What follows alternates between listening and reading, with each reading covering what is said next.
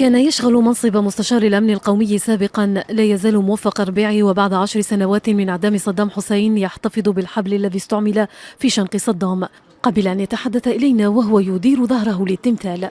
لم أرى علامات الخوف عنده، رأيته متماسك، وكان يقول الموت لأمريكا، الموت لإسرائيل، عاشت فلسطين، الموت للفرس المجوس.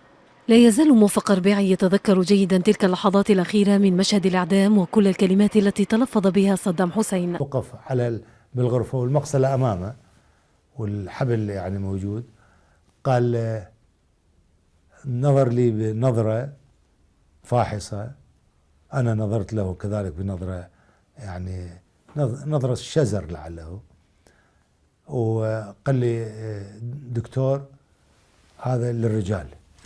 موفق ربيعي الذي أشرف على عملية إعدام صدام حسين أكد أن السلطات العراقية تعرضت لضغوط قانونية وسياسية من قبل زعماء عرب قبيل تنفيذ عملية الإعدام فجر 30 من شهر ديسمبر كانون الأول من عام 2006.